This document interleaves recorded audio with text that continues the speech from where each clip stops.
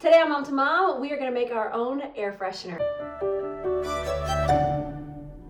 If you don't like to use candles or you don't like spending a whole lot of money on air fresheners, we have a very inexpensive way for you to create your own air freshener that smells so good in your house, and you can put them anywhere you like on a budget. So what you're going to need for this is some mason jars, some lids with the holes in it. You can get this on Amazon or at a craft store.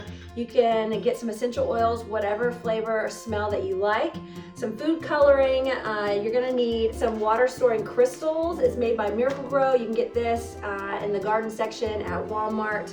So what you do is, for a 16-ounce jar, you're going to take a teaspoonful of these little crystals and just dump it right into the jar. Then you're going to fill your jar up with warm water. Once you have that ready to go, then you're going to put in your favorite essential oil. You're going to do about 30 drops of that, depending on how strong you want the smell.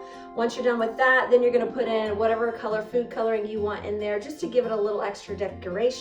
Stir it all up, wait about 5 minutes, and then you have your gel fragrance that you can stick anywhere in your house, whether it be in a closet, by your kids' shoes. It doesn't matter. It smells so wonderful, and it's really, really inexpensive. If you have any wonderful ideas, something that we could do here on Mom to Mom, we'd love to hear about it. You can message us up on our Facebook page, and we'll see you on the next Mom to Mom.